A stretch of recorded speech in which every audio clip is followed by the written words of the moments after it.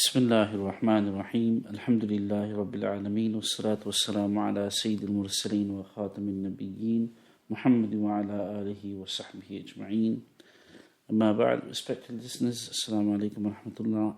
Yesterday we finished speaking about Surah Al-Ahzab. We then move on to Surah Saba. This is a Meccan surah, and Allah begins the surah by saying Alhamdulillahi alladhi له ما في السماوات وما في الأرض وله الحمد في الآخرة وهو الحكيم الخبير. That all praise is to Allah, to whom belongs all that is in the earth, or all that is in the heavens, and all that is on the earth, and for Him is the praise in the hereafter. And He is the wise, the all-aware. In this surah, being a Meccan surah, Allah subhanahu wa ta'ala speaks about many of His signs and refutes some of the claims and the demands of the Meccans and the disbelievers. Allah says, for example, وَقَالَ الَّذِينَ كَفَرُوا لَا تَأْتِينَ السَّاعَةِ, that those who disbelieve, they say that the final hour will not come upon us. قُلْ بَلَا وَرَبِّي لَتَأْتِيَنَّكُمْ عَالِمِ الْغَيْبِ, that say, why not? By my Lord, it shall come unto you. And then I swear by the knower of the unseen, meaning Allah being the knower of the unseen. And then how nothing is hidden from the ilm of Allah subhanahu wa ta'ala. And why will the final hour come? So that Allah can reward those who do good and who believe. For them will be forgiveness and honourable sustenance. And on the contrary, those who seek to repel others from our signs and become a hindrance, then for these people is a severe punishment. And then what some of the disbelievers would say, that shall we tell you about a person, meaning they would make a mockery of the Prophet ﷺ and say to others that, look, shall we tell you about this one person? He says that, after your bodies have been ripped up and then you become dust and particles, then even after that you'll be brought into a new creation, that you'll be reshaped into the form that you once were in, and then you'll be made to stand alive.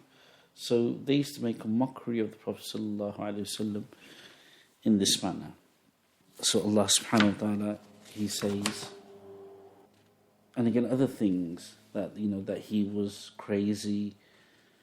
So Allah mentions and refutes all of this.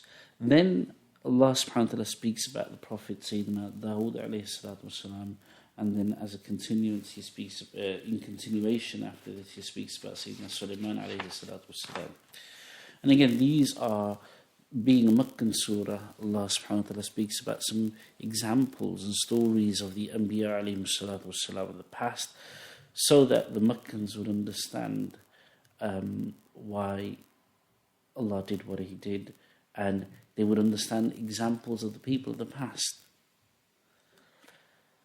So here Allah subhanahu wa ta'ala speaks about Sayyidina Dawood alayhi salatu wasalam. I'll just paraphrase, just quickly translate. That, and surely we bestowed grace from us unto Dawood alayhi salatu wasalam. O mountains, pronounce with him Allah's purity repeatedly, and you too, O birds. And we made iron soft for him, saying to him, make coats of armour, and maintain balance in putting together their rings, and do righteous deeds. Surely I am watchful over what you do. Some of the qualities or capabilities of Sayyidina Dawood alayhi salatu wasalam are mentioned here. And Allah subhanahu wa ta'ala had blessed him in many ways. He was a messenger of Allah subhanahu wa ta'ala, but he was also blessed with much power. And he had his gifted voice, which the Prophet sallallahu alaihi wasallam spoke about, and I mentioned the other day. And it was said that when he was busy with the dhikr of Allah subhanahu wa ta'ala, or the recitation of the Tawrat, then birds flying above would stop to listen to him. And here Allah says, Ya jibalu awwibi ma'ahu wat-tayr, the O mountains, sing the praise of your Lord with him. Meaning, when Sayyidina Dawud alayhi salatu wasalam would make dhikr and tasbih, the mountains should also start reciting with him. They would also start. And this was the case with the birds as well, that they would also stop and do tasbih with him. Now, when we say about the mountains doing tasbih, this wasn't the echo or the reverberating of sounds from mountains. The mountains would actually do tasbih, because echo and reverberation of sounds, anybody can do that. But this was a particular quality of Sayyidina Dawud alayhi salatu wasalam. And the birds as well. And in another verse we learn that Allah says, إِنَّ سَخَّرْنَا الْجِبَالَ مَعَهُ يُسَبِّحْنَ بِالْعَشِيِّ وَالْإِشْرَاقِ. We had subjugated the mountains to join him in making tasbih at evening and at sunrise, and the birds as well. Mahshura, meaning mustered together. So these were bounties of Allah subhanahu wa ta'ala that were given to Sayyidina Dawud alayhi salatu wasalam. Furthermore, Allah speaks about his ability to mould. The iron had been made soft for him, and from this he would make coats of armor. And this is another miracle that was made for him. Some of the Imam have said that Allah subhanahu wa ta'ala, by way of miracle, had turned iron as soft as wax for him. So he didn't even need fire or a hammer or other tools. He could just do it with his hands. From this verse and from others, we learn that Allah subhanahu wa ta'ala had actually taken upon himself to teach his Anbiya alayhi salatu wasalam many of these skills. And for example, here Sayyidina Dawud alayhi salatu wasalam was trained to make coats of mail. And then Sayyidina Nuh alayhi salatu wasalam, for example, he built an ark. And Allah says, build wasna'il fulka bi'a'yunina, that build the ark before our eyes. And other Anbiya alayhi salatu wasalam were taught different skills. And ulama have put together lists of the different skills that Allah subhanahu wa ta'ala has taught his Anbiya, such as these and tree planting, cloth weaving, food processing, and other things. Now, and none of these, so for example, even some of Allah's servants were carpenters. But no matter what kind of job it was, none of them was looked down upon. This wasn't allowed. In Islam, it doesn't matter what kind of profession a person has. None of them were looked down upon. Now, why was Sayyidina Dawud alayhi salatu wasalam being blessed as he was? Why did he need to make coats of mail? He had so much wealth. He was known for his wealth.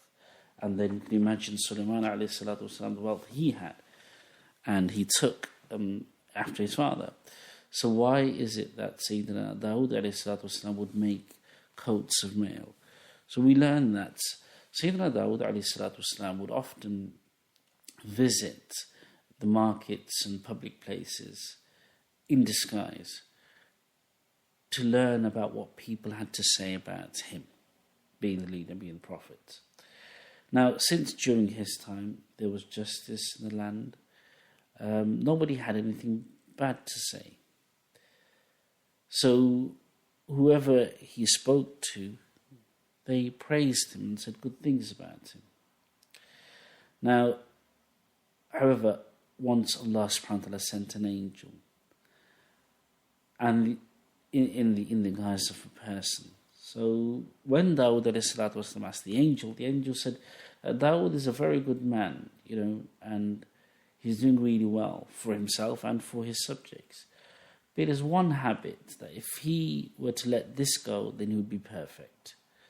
So Sayyidina Dawood والسلام, asked, what is this? So the angel said that if, he takes the expense, or he takes his expenses from the Baytul Mal, from the property of the Muslims. So if he wasn't to take this, then it'd be better for him. So Sayyidina Dawood والسلام, he immediately turned to Allah subhanahu wa ta'ala in prayer and said, oh Allah, teach me something so that I can work with my own hands and support myself and my family with my own wages. So then Allah answered his prayer and taught him the art of making these coats of mail. Now, Allah made this easier for him as well, so that iron was made like wax for him, and it was easy for him to mold it and work with it. He didn't need fire or any other tools. Now, even though it was permissible for him to take this money and his wages from Baytul Mal as ruler, however, this was a station far above as a prophet. And I've mentioned before as well that Allah often wants for his prophets, and he expects from them that which he doesn't expect from the rest of us. And not only this, but even there have been rulers in the past who have also done similar things. In fact, Muhyiddin Aurangzeb rahmatullahi alayhi was the last of the great Mughal emperors, but he led a very simple life. And despite the pomp and splendor of the Mughal Empire and the wealth that they had, he chose to live a very simple life. He was very pious. He was a hafiz of the Quran as well. And he wouldn't use a single penny from the state treasury for his own personal expenditure. SubhanAllah. He used to earn his money by sewing caps, hats, and he would spend the money he would earn from that, he would spend on his food.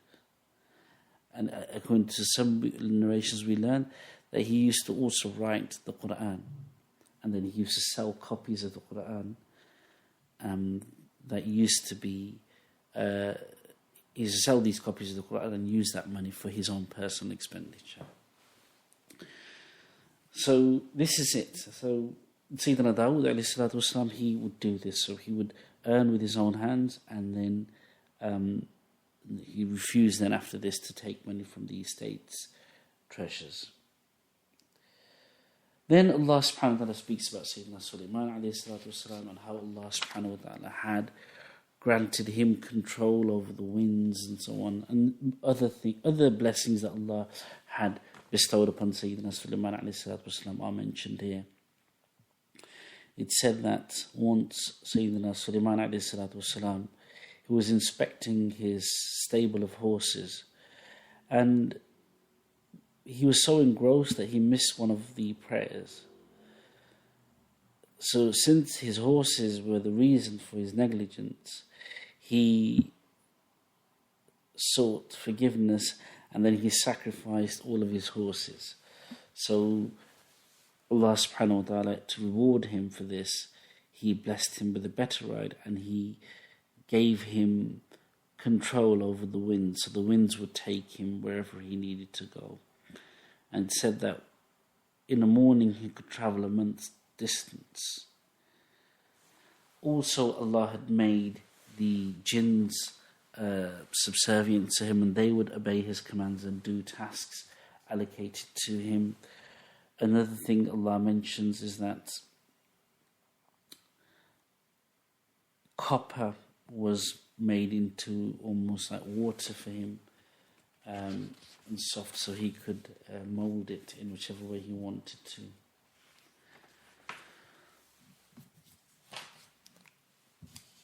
Then Allah speaks about when, during the time of Sayyidina Sulaiman والسلام's death, what happened is that the jinns, they would make they would work for him.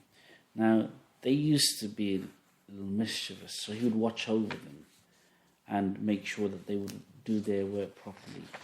Now, he was very stern in that sense, and they were very afraid of him.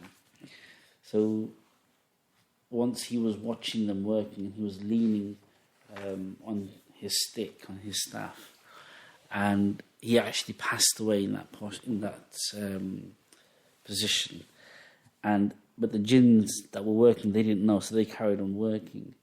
But then he stood for so long that the little insects, they began eating away at his staff. Termites, they began eating away at his staff. And then as a result of this, he fell. And then they realized that he had died a long time ago. So Allah refers to this here in this verse as well. Then Allah speaks about a group of people, the people of Saba. Now, Allah says, لَقَدْ كَانَ لِسَبَإٍ فِي مَسْكَنِهِمْ آيَةٌ.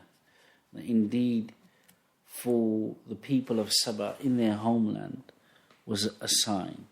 And then Allah speaks about the blessings that they had been given. So they had 2 gardens on the right and on the left. And Allah had said, eat of the provisions from your Lord and be grateful to Him. However, they turned away. Now, Ibn Kathir rahmatullahi has said that Saba is the title of the kings and people of Yemen. And the Tababi'ah were the plural of the word Tubba. They were the rulers of Saba. Now we mentioned earlier about Sayyidina Sulaiman alayhi salatu wasalam and Bilqis and their story. And Bilqis was also from Saba. But this story in particular, it's not about Bilqis or her time. Bilqis was a long time before then. So this happened, according to some narrations, near around the time of Sayyidina Isa alayhi salatu wasalam. That the people of Saba were blessed in so many ways. And as a result, Allah instructed them to obey, well, not as a result, but they were instructed to obey Allah subhanahu wa ta'ala and follow His commandments. And they did. But then slowly, the love of wealth overtook them, and then they began to neglect their worship of Allah, and then began to even deny Allah subhanahu wa ta'ala. And we learned that Allah subhanahu wa ta'ala sent 13 prophets to warn them. They warned them, admonished them, but these people kept on persisting with their rebellion. So then a punishment came, and the punishment came in the form of a flood. Now the ulama have actually explained some of this in some more detail. So they've explained, for example, who this Saba was and the different tribes of Saba and when they migrated. So, for example, some remained in Yemen where Saba is. So Saba is in Yemen. And then some migrated to Syria. And then those that migrated to... Actually, we'll do that later when we talk about Sayyidina Ilyas alayhi salatu wasalam. Now, they had been given... So this flood, which Allah refers to here as Sayl al-Arim, meaning the flood of the dam. What happened was there was an area called Ma'arib, and this is in Saba, and this is where this punishment was sent. So the people of Saba, meaning of this Ma'arib section. Now what happened is they lived next to 2 mountains. Now the water that would trickle down from the mountains would flood their city. So they built a dam. Now it was a very efficient dam, and what it would do, it would store the water. And they built it in such a way that they would, when they needed the water, they would release different parts of the dam, and this would allow them to irrigate their crops and use for their necessities. But when they went against the commandments of Allah subhanahu wa ta'ala, Allah sent rats that ate away at the foundations of the dam, causing the dam to break and then the water to come gushing through and flood the city. Now, it said that some of the inhabitants of this place, when they had seen the rats, they had realized that the punishment of Allah was here. And they had already learnt through their scriptures that this is how they would be destroyed. So when these people heard about this, they migrated and left. And then these were some of those people who formed other tribes in and around Syria and Yemen.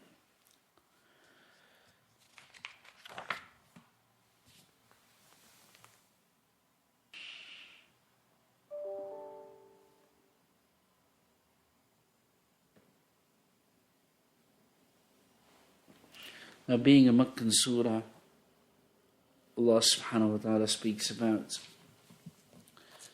their punishment and how shaitan had deceived them. And again, the story of Saba is just as an example for the Meccans, for the disbelievers.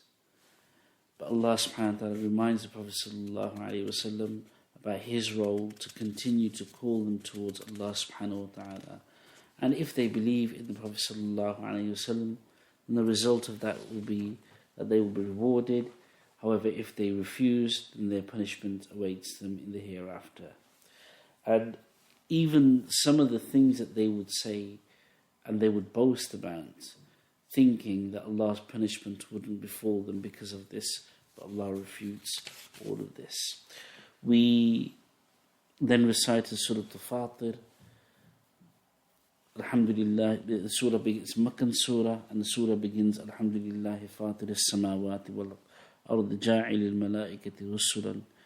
That praise be to Allah, the originator of the skies and the earth. Remember, often the word Khaliq, Fatir, these kind of words are mentioned.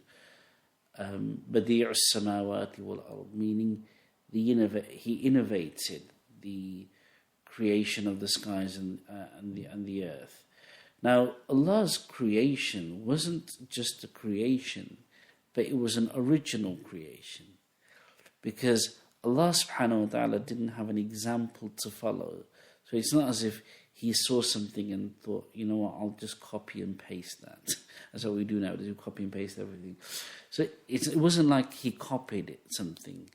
Allah's creation of man and of everything we see is original. So he was the first creator of it. And that in itself is a sign. Because anybody can copy another person. When it comes to original design, that's where the greatness is. Anyway, again, this is a Meccan surah.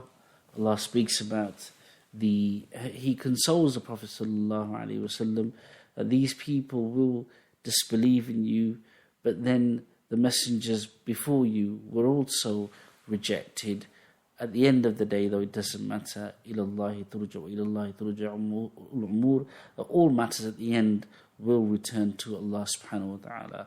Allah then addresses mankind and said that, look, Allah's promise is true, so let not the worldly life deceive you. Shaitan is your enemy. And if you follow shaitan, then there will be a punishment for you. However, if you refuse to follow in his footsteps, then you will be saved. Allah speaks about his creation, about some of his blessings to mankind. Again, a verse I spoke about the other day, a similar verse to this, that Wallahu alladhi arsala riyaha, and Allah is the one who sends the winds.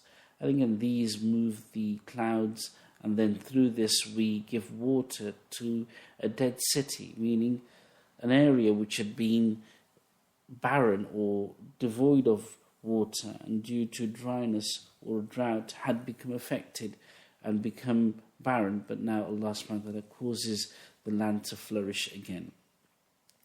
And this is an example of how Allah shall bring people back to life. So where before we learnt about how they would say that, oh, look at this man, he says that after your bodies have withered away and you have died, then you'll be brought back to life. But if Allah can do this to land and crops and vegetation, then why can He not do that to mankind?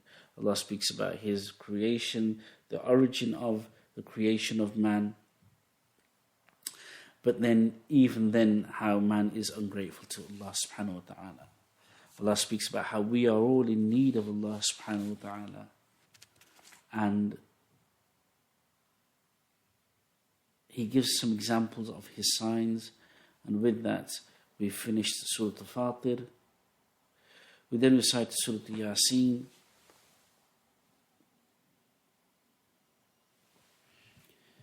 Sayyidina Ma'qil ibn Yasar radiyallahu anhu narrates, the Prophet sallallahu alayhi wa sallam said, Yasin qalbul Qur'an. Yasin is the heart of the Qur'an. And we learn from hadith, the Prophet sallallahu alayhi wa sallam says, whoever recites Surah Yasin exclusively for the sake of Allah subhanahu wa ta'ala and for the akhirah, then is forgiven. And there are many virtues for Surah Yasin.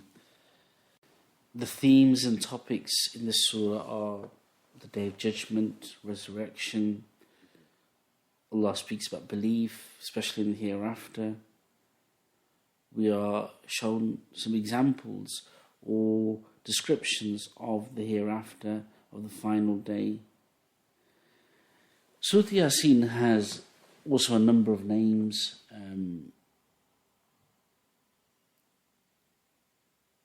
And such as Mu'imma, Qadiyah, and so on. Anyway, the surah begins with Allah taking a vow by the book of Allah, meaning the book which has many wisdoms in it. Allah reminds the Prophet ﷺ of his duty and what his duty is to warn his people.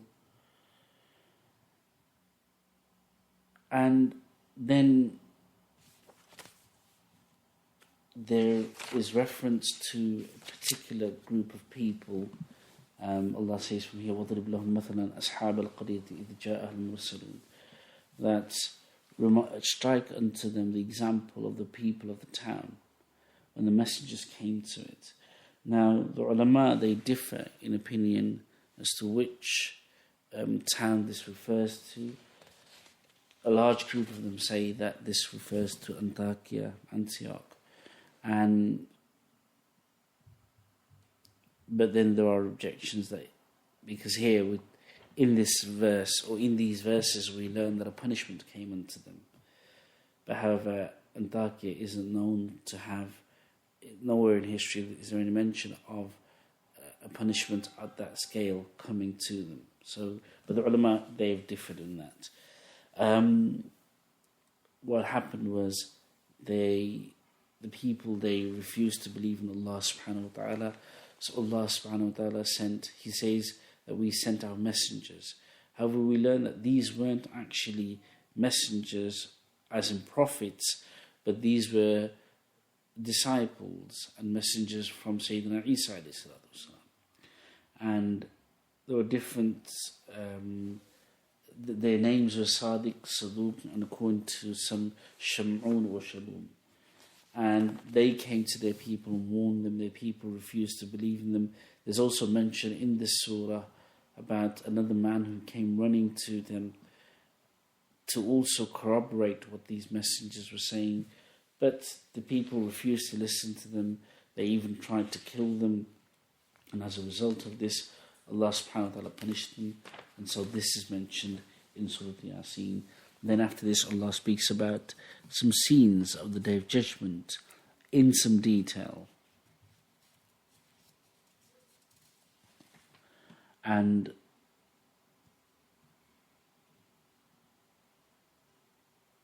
Allah speaks about the origination and the origin of man and Allah's creation of the skies and the earth and so on.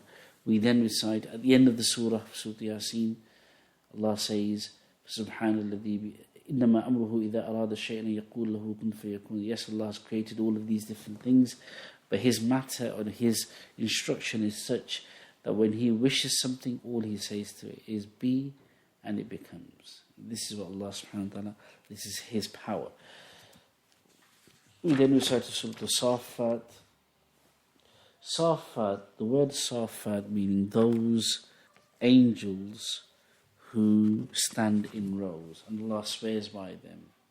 Now Surah Saaffaat is a Meccan surah, and like the other Meccan surahs, it deals with matters of faith, belief in the oneness of Allah subhanahu wa ta'ala, in the mission of the messengers, about the hereafter Allah speaks about. Allah gives proofs about this as well. There are many refutations and responses to the demands and beliefs of the mushrikeen of Makkah. There are also some examples of the Prophets alayhim salatu wasalam of the past, including Sayyidina Nuh, Sayyidina Ibrahim, Sayyidina Musa, Sayyidina Harun, Sayyidina Ilyas, Sayyidina Lut, and Sayyidina Yunus alayhi salatu wasalam. So in brief, that's what the surah is really. The story of Sayyidina Ibrahim alayhi salatu wasalam is mentioned here, and the story of his sacrifice of his son, well, the dream of when Allah instructed him to sacrifice his son. So that is mentioned in some detail here. Then Allah mentions about the few prophets that I mentioned earlier. There's one prophet that's mentioned here, Sayyidina Ilyas. The ulama, some ulama differ as to whether he was a prophet or not, but most agree that he was a prophet. Some say that this was another name of Idris, others say that this was another name of Khidr alayhi salatu wasalam. Most agree that no, he was a separate prophet. Possibly came near to the time of, well, after Hizqeel and before Al-Yasa. And this was the time when Banu Israel had split into two. One state was called Yahudiya, and the other one was called Israel. And the king of the area of Israel, his name was Ahab. In the Bible, that's the name given to him, and his wife was Isabel. And she worshipped an idol called Baal. And we learn even that the Meccans used to worship an idol called Baal. Anyway, she began working on getting the people to also worship this Baal god. So Sayyidina Ilyas alayhi salatu wasalam, he preached to them and tried to remove their worship of these idols, but they refused to believe in him. Rather, what they did is that they wanted to kill him. So a punishment was sent unto them. They were seized by a famine. And mention is made of Sayyidina Ilyas. Then he went to the other group, meaning the other state, and he also preached to them as well. So his story is mentioned here.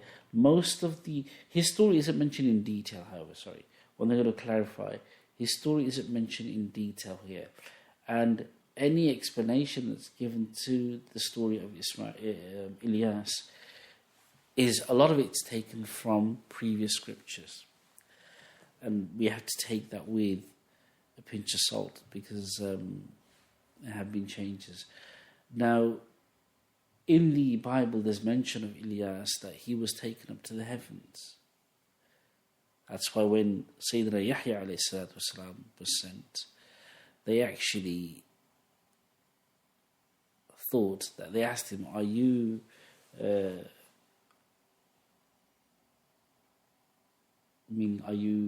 Elijah, Ilyas? So Yahya alayhi salatu wasalam said no. But, and then again, even the ulama within Islam have also differed. That is he still alive? Is he in the heavens? Allah subhanahu wa ta'ala knows best. Here, Allah just mentions that he was a prophet. وَإِنَّ إِلْيَاسَ لَمِنَ الْمُرْسَلِينَ. Ilyas was a prophet, and Allah had sent him to mankind to preach to them. So that's mentioned here. We then recite Surah Sa'ad. Inshallah, we'll speak about that tomorrow. May Allah give us all the ability to understand. سبحانك اللهم وبحمدك نشهد أن لا إله إلا أنت نستغفرك